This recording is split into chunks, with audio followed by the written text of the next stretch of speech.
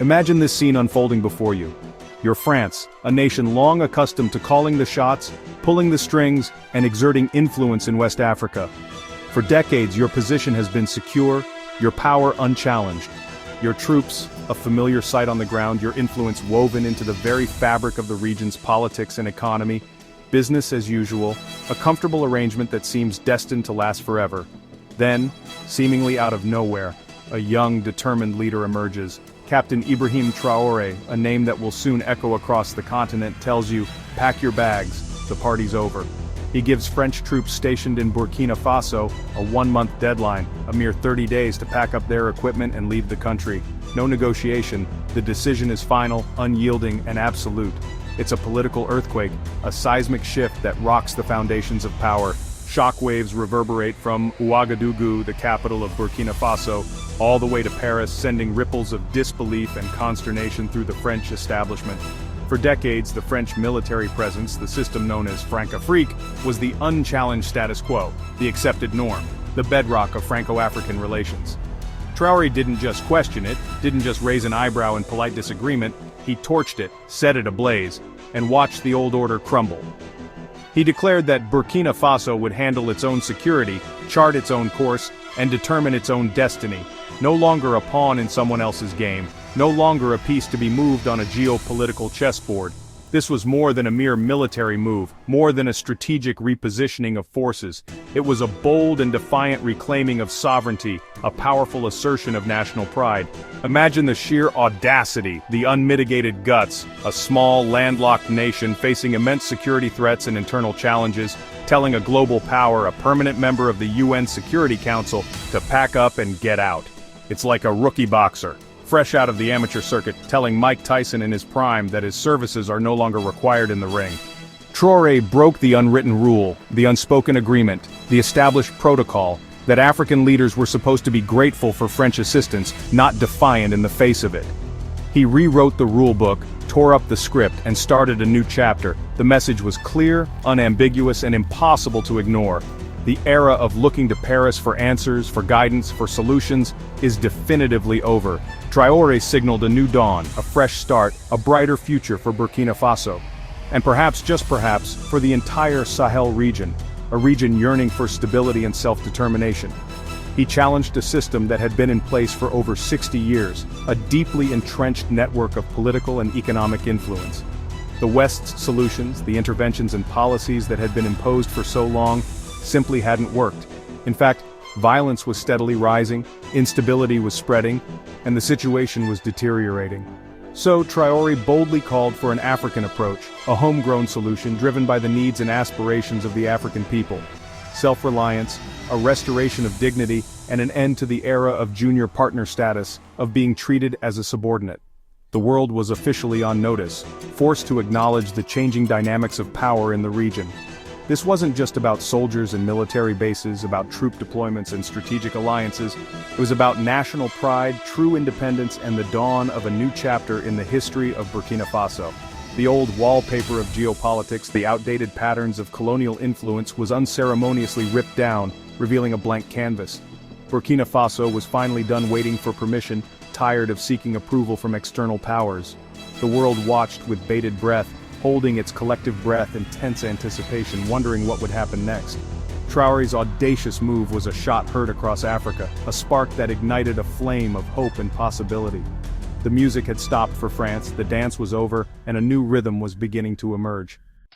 In a landscape often dominated by familiar faces and predictable narratives, a new figure has emerged, capturing the attention of a nation and sparking conversations across the globe. Who is Captain Ibrahim Traoré? What forces shaped him, and what does his rise to power signify for Burkina Faso and beyond? He's not a political insider, groomed in the corridors of power. Not a European-educated diplomat, versed in the art of international relations and backroom deals. He doesn't come from the traditional power structures. He's a soldier, born in 1988, a child of Burkina Faso. His formative years were shaped by the unfulfilled promises and failures of independence, the dashed hopes of a generation, and the harsh realities of persistent war and instability in the region. Traoré rose through the ranks fighting insurgents, battling the very real threats to his nation's security and sovereignty. He was witnessing firsthand the devastating cost of failed leadership, the consequences of corruption, and the impact of ineffective governance on the lives of ordinary citizens. His path to power? A coup in September 2022, a dramatic intervention in the nation's political trajectory. He was ousting the previous military leader, accusing him of failing to adequately address the escalating security crisis and failing to secure the country from the growing threat of extremist groups. At just 34 years old, he became the world's youngest head of state, a remarkable and unexpected turn of events. He is a millennial at the helm of a nation at war, facing immense challenges and burdened by a complex history. He's not a theorist, detached from reality, he's a pragmatist, forged in the crucible of conflict and shaped by the harsh realities of the front lines.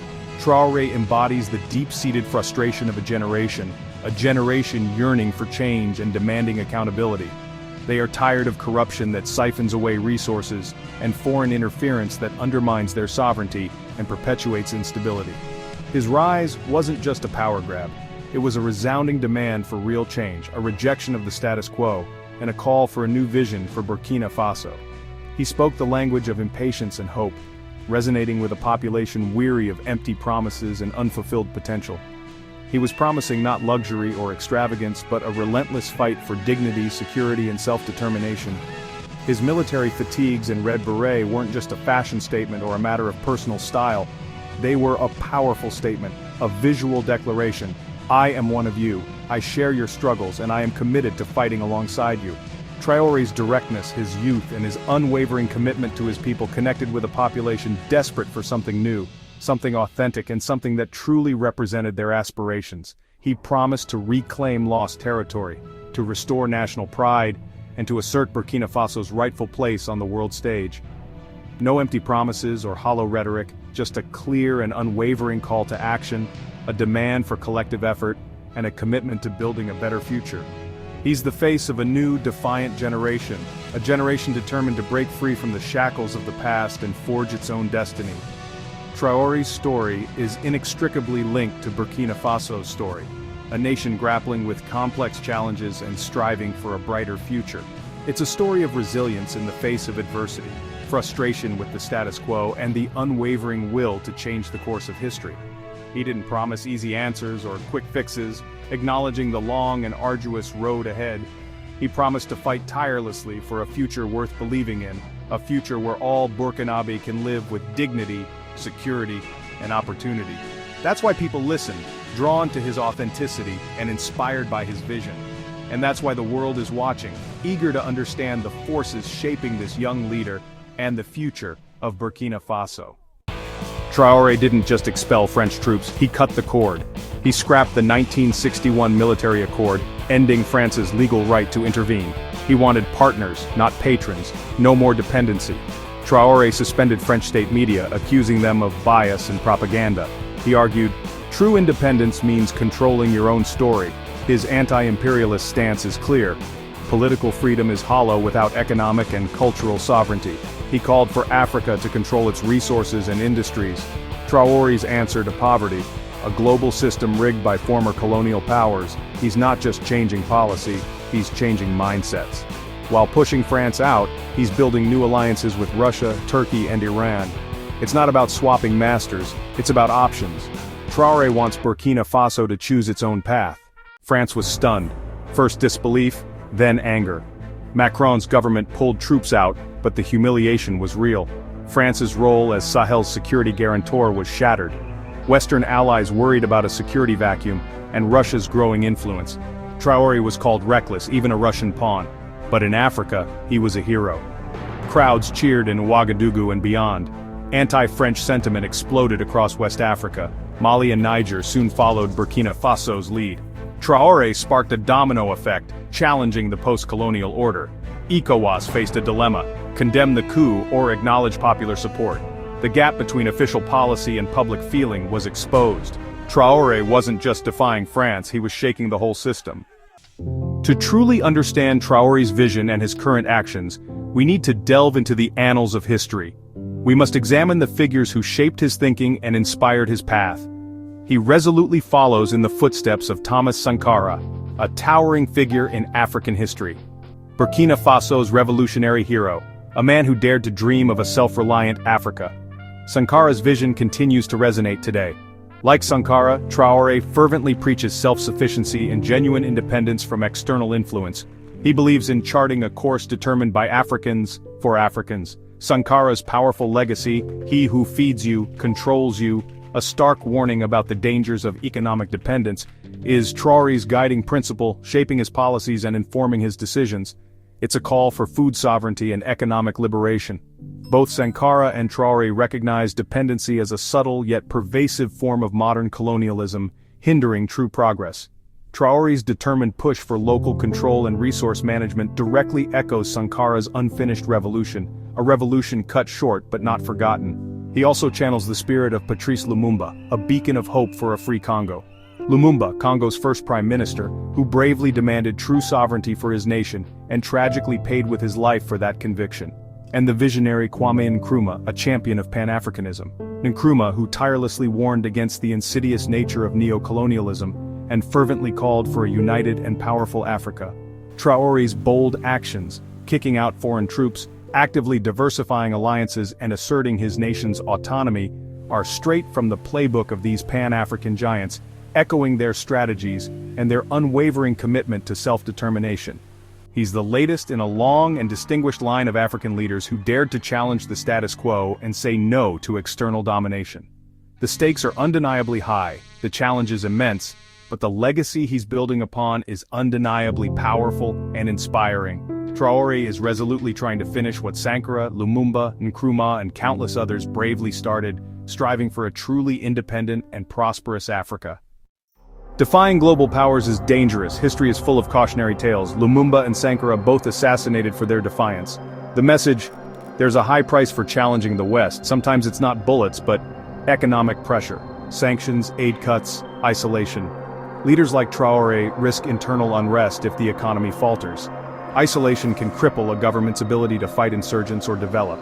Traoré is betting on new alliances to offset Western pressure, but it's a high-stakes gamble. He's walking a tightrope with no safety net. The risks are real, and the world is watching. Why is France so worried about Traoré? It's about precedent. Traoré threatens to unravel Françafrique, the web of influence France built in Africa. His defiance isn't isolated, it's contagious. After Burkina Faso, Mali and Niger also expelled French troops. The new alliance of Sahel states excludes Western powers, a nightmare for Paris. France's influence is evaporating. Traoré's success exposes the failure of French policy, billions spent, but security worsened. It's embarrassing for France, and empowering for Africa's youth. Traoré represents a new, assertive Pan-Africanism. France isn't just losing bases, it's losing the next generation. The old rules no longer apply. The future is uncertain. If Traoré's gamble pays off, Burkina Faso could become a model of true independence. Diversified partners, local production, and reclaimed territory could transform the nation. Success would inspire others and rewrite Africa's story. But the risks are huge. Security could worsen, new alliances could backfire, and economic pressure could cripple the country. Another coup is always possible. The road to ruin is as likely as the road to glory. 22 million lives hang in the balance. Traoré could become a celebrated hero, or a cautionary tale. The next chapter is unwritten. Traoré's actions are bigger than Burkina Faso. Africa's youth, over 60% under 25, are watching, connected, and impatient for change. They live with the legacy of colonialism and want a new future. Traoré is forcing a long-avoided conversation about sovereignty and Africa's place in the world. He's challenging the idea that Africa needs saving by the West. His message: Africa must save itself. From Congo to Kenya, people are asking hard questions about foreign influence. This new Pan-Africanism is pragmatic, driven by youth and social media. It's a demand for respect and equality. The old guard is nervous. Traoré has already changed the game. He's shown it's possible to say no. Africa's new chapter is beginning. The world can't look away.